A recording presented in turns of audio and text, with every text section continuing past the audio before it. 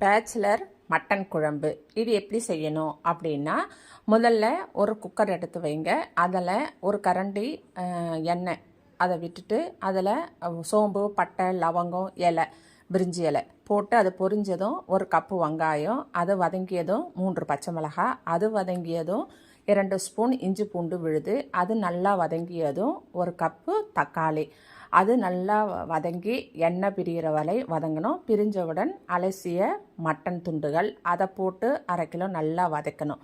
நல்லா வதக்கி அதுக்கப்புறம் மசாலா வந்து மிளகாய் பொடி, அதாவது 1/4 கிலோவுக்கு 1 ஸ்பூனு, 1/2 கிலோனா 2 ஸ்பூன் மிளகாய் பொடி, ஒரு 1/2 ஸ்பூன் மஞ்சள் பொடி, உப்பு தேவையான அளவு போட்டு நல்லா வதக்கிட்டு தேவையான அளவு தண்ணி விட்டு குக்கர் போட்டு 5 விசில் விட்டு இறக்கினால் மட்டன் குழம்பு ரெடி.